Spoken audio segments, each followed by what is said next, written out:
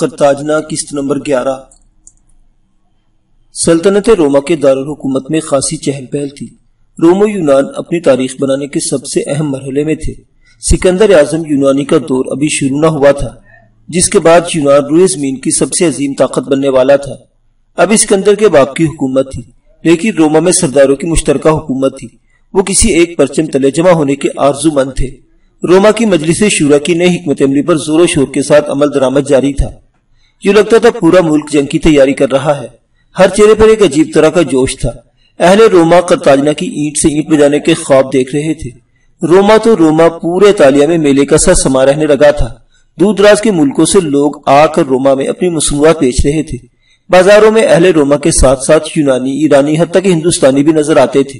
پوری سرزمین ایک جٹ ہو کر براعظم افریقہ کے ملک قرطاجنہ پر چڑھائی کرنے والی تھی۔ گزشتہ کئی روز سے دانیال اور اس کے ساتھی شہر روما میں دکھائی دے رہے تھے۔ ان میں سے ہر ایک اپنے اپنے طور پر سنتوش کو تلاش کر رہا تھا۔ کلاڈینا یہاں پہنچ کر بھی ان سے الگ نہ ہوئی تھی۔ اس کا روم میں کون تھا؟ وہ اطالیہ کی دور دراز کی رہنے والی تھی۔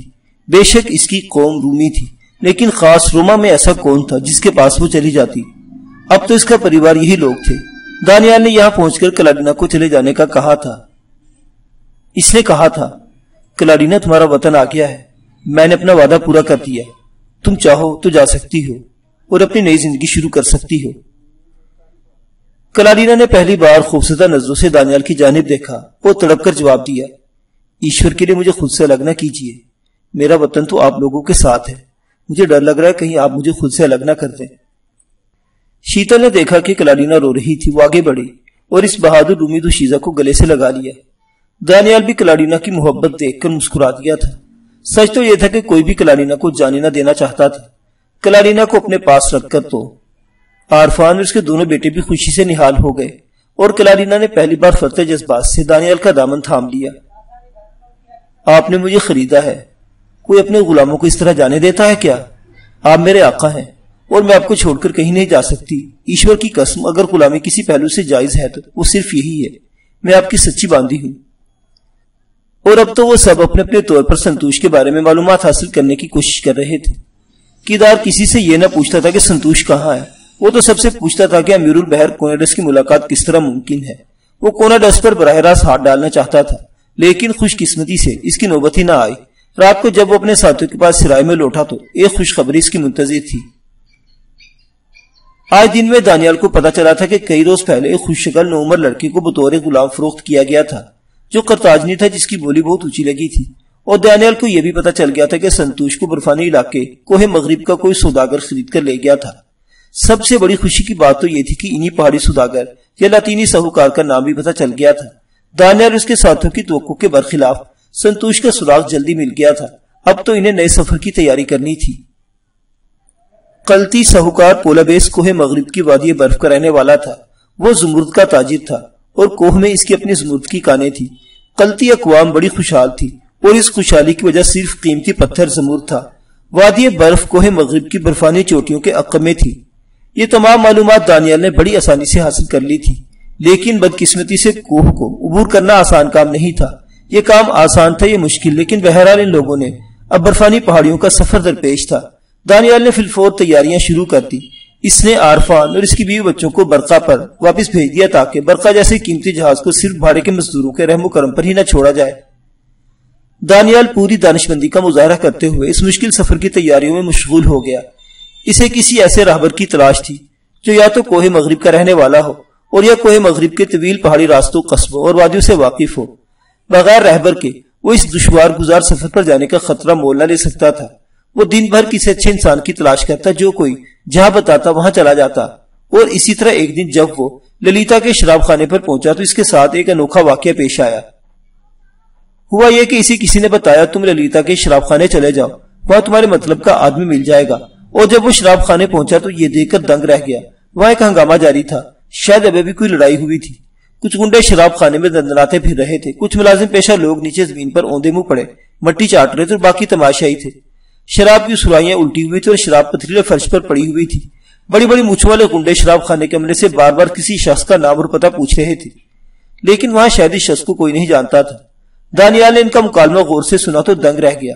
ان کی گفتگو سن کر اسے پتا چلا کہ وہ کسی قزاق کو تلاش کر رہے تھے جس کا نام شارق تھا۔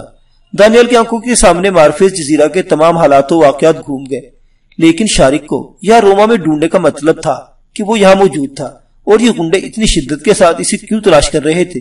وہ چپ چاپ کھڑا ساری کاروائی دیکھتا رہا۔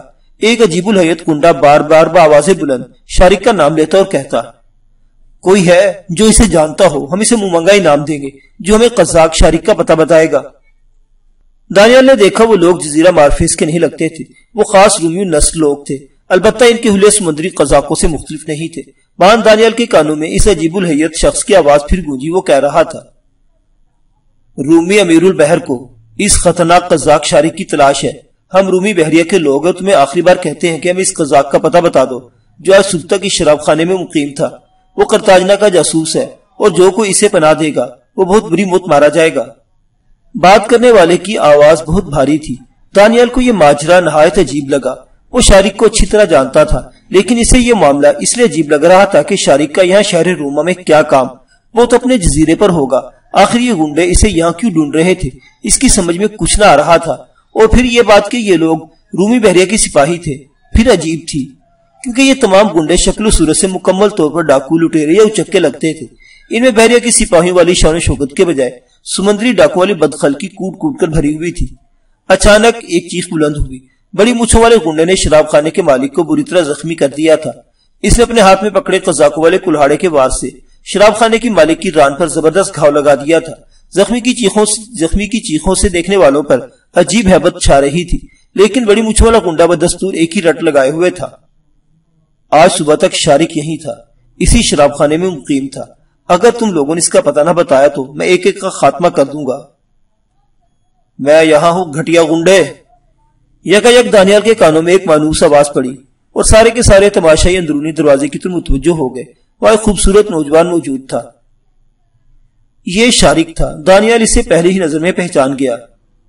تم نے یہاں جو توڑ پھوڑ کی ہے اور جن لوگوں کو زخمی کیا، اس کا حساب تمہیں ابھی کبھی دینا پڑے گا۔ شارق کے لہجے میں عجیب بے خوفی اور کمال کا دبدبا تھا۔ مجمع میں موجود ہر شخص شارق کی آمد پر دنگ رہ گیا۔ بڑی مونچھ والے گنڈے نے شارق کو دیکھا تو یکدم اکڑ گیا اور بے ساختہ اپنی مونچھوں کو تاؤ دینے لگا۔ وہ گنڈوں کے مخصوص بھونے انداز میں مسکرا بھی رہا تھا۔ اچھا تم ہو شارق، تمہاری جان لیتے ہوئے مجھے دکھ ہوگا، کیونکہ تمہیں خوبصورت نوجوان ہو، لیکن کیا کروں، باری بھی کوئی چیز ہوتی ہے، میں مجبور ہوں دوست۔ اب بڑی مونچھوں والے گنڈے کے ساتھ باقی ساتھی بھی ادھر ادھر سے توجہ ہٹا کر اپنے سردار کے گردگی جمع ہو گئے تھے۔ وہ تعداد میں 11 تھے، ہر ایک کے ہاتھ میں کوئی نہ کوئی خطرناک ہتھیار تھا۔ شراب خانے کے فرش سے شراب کے بھبوکے اٹھ رہے تھے۔ شراب خانے میں ناچنے والی پیشہ ور رقاصائیں ایک طرف سہمی کھڑی تھی۔ عام شرابی جو ہے روز روز کے شراب پینے آتے تھے، حیرت بھری نگاہوں سے ان لوگوں کو دیکھ رہے تھے اور سوچ رہے تھے کہ یہ تمام چہرے انہوں نے پہلے کبھی نہیں دیکھے۔ شارق آہستہ آہستہ قدموں سے چل تو بڑی مونچھ والے گنڈے کے نزدیک آ رہا تھا۔ وہ خالی ہاتھ تھا، لیکن اس کی چال میں غضب کا اعتماد تھا۔ شراب خانے کا تمام عملہ ہکا بکا ہو کر اس تماشے کو دیکھ رہا تھا۔ توڑ پھوڑ کرنے والے گنڈوں نے جس شخص کا مطالبہ کیا تھا وہ خود چل کر ان کے سامنے آ گیا تھا۔ شارق کو حیرت تھی کہ آخر بڑی مونچھ والے گنڈے نے کس کس کی یاری کا ذکر کیا تھا۔ اس نے تنگ آ کر پوچھ لیا، تم کس کے یار ہو جس کی یاری نے تمہیں یہاں اس قدر ہنگامہ کرنے پر مجبور کیا؟ تم نے کچھ دیر پہلے کوناڈس امیر البحر کا ذکر کیا تھا، کیا تم اس کی بات کر رہے ہو؟ بڑی مونچھ والا گنڈا کہکہے لگانے لگا۔ اس کی آواز پورے شراب خانے کی عمارت میں گونج رہی تھی۔ اس نے کافی دیر تک کہکہے لگانے کے بعد کہا، تم ماگوشال کو جانتے ہو؟ میں ماگوشال بات کر رہا ہوں۔ کافی دیر تک کہکہے لگانے کے بعد بڑی مونچھ والے گنڈے نے کہا تو دانیال نے شارق کو بری طرح چونکتے ہوئے دیکھا۔ کیا تم ماگوشال کی بات کر رہے ہو؟ وہ سردار جیدان کا بڑا بیٹا؟ کیوں نکل گئی نا جان؟ ماگوشال کا نام سن کر تمہاری روح کانپ گئی۔ سردار جیدان کا بیٹا؟ دانیال خود سوچ میں پڑ گیا۔ اب صورتحال کچھ کچھ اس کی سمجھ میں آ رہی تھی، لیکن بڑی مونچھوں والے گنڈے نے پہلے تو کہا تھا کہ وہ رومی امیر البحر کا آدمی ہے۔ اچھا تو اس نے جھوٹ بولا ہوگا۔ دانیال کی سوچوں کا دھارا تیزی سے بہنے لگا۔ اسی اثنا میں دانیال کو شارق کی آواز سنائی دی، تم کیا جانتے ہو؟ بلکہ سردار جیدان کا بڑا بیٹا ماگوشال مجھ سے کیا چاہتا ہے؟ تمہاری جان؟ میری جان؟ مگر کیوں؟ میرا جرم کیا ہے؟ شارق کے لہجے میں بے پناہ حیرت تھی۔ دانیال بھی ابھی تک ششدر کھڑا تھا اور باقی جو تماشائی بھی کچھ نہ کچھ سمجھ پا رہے تھے۔ بڑی مونچھوں والے گنڈے نے پھر کہا، تمہارا جرم یہ ہے کہ تم نے سردار جیدان کے مہمانوں کو یرغمال بنا کر پورے معرفت جزیرے پر ماگوشال کے باپ کی توہین کی ہے۔ اگر جزیرے کے امن کو خطرہ نہ ہوتا تو تمہیں وہیں مروا دیا جاتا۔ شارک پر حیرتوں کے پہاڑ ٹوٹ رہے تھے۔ وہ سوچ بھی نہ سکتا تھا کہ سردار جیدان اس کے ساتھ ایسا کر سکتا ہے۔ قزاقوں کے کچھ اصول تھے اور وہ اپنے اصول کبھی نہ توڑتے تھے۔ سردار جیدان نے جزیرے کی مجلس سے مشاورت طلب کر کے شارک پر جو الزامات لگائے تھے، ان کے نتیجے میں شارک کو مارفز کا جزیرہ چھوڑنا پڑ گیا تھا۔ بس معاملہ ختم۔ لیکن اب یہ لوگ سردار جیدان کے بیٹے کا نام لے کر اس کی جان لینے آئے تھے۔ اس نے سوچتے ہوئے نگاہوں سے ایک بار پھر مجمع کی طرف دیکھا اور پھر سوال کیا، کیا تمہیں خود سردار جیدان نے حکم دیا ہے؟ اور تم لوگ ہو کون؟ میں نے اپنے جزیرے پر تم لوگوں کو کبھی نہیں دیکھا۔ ہم ادھر کبھی نہیں گئے، لیکن ماگوشال میرا یار ہے، اس نے مجھے تمہاری جان لینے کے لیے کہا۔ اس کے بوڑھے باپ کو تو شاید اس بات کی خبر ہی نہ ہو۔ اب شارک پورا معاملہ سمجھ چکا تھا۔ اسے پتا چل گیا کہ ماگوشال نے اپنے طور پر شارک کو ختم کرنے کی منصوبہ بندی کی تھی۔ شارک سردار جیدان کے بڑے بیٹے ماگوشال کے گندے ذہن سے واقف تھا۔ شارک تو جزیرہ چھوڑ کر روم چلا آیا تھا، لیکن ماگوشال کے آدمی اس کے پیچھے لگ چکے تھے۔ حتیٰ کہ اس کے جاسوس خود شارک کے جہاز پر موجود تھے، لیکن شارک ان کی موجودگی سے لا علم رہا۔ اب شارک کو ساری حقیقت سمجھ آ گئی تھی۔ تب اس نے یکدم اپنا لہجہ بدل لیا۔ تو پھر ٹھیک، تم اپنی پوری کوشش کر کے دیکھو، اور جب ناکام ہو جاؤ تو اس توڑ پھوڑ کا ہرجانہ ادا کر کے چلے جانا۔ شارک کے لہجے میں موجود بلا کا اعتماد دیکھ کر دانیال سچ مچ اشش کر اٹھا۔ بڑی مچھ والے گنڈے نے شارک کی آخری بات سنی تو ایک لمحے کے لیے ٹھٹکا، اور پھر اسے اپنے ساتھیوں کی طرف دیکھ کر زور سے کہا، ختم کر دو اسے، جانے نہ پائے۔ اچانک بہت سے گنڈے شارک کی طرف لپکے۔ ان سب کے ہاتھوں میں خطرناک ہتھیار تھے۔ دانیال کو یوں لگا جیسے وہ آن واحد میں شارک کی ٹکا بوٹی کر دیں گے۔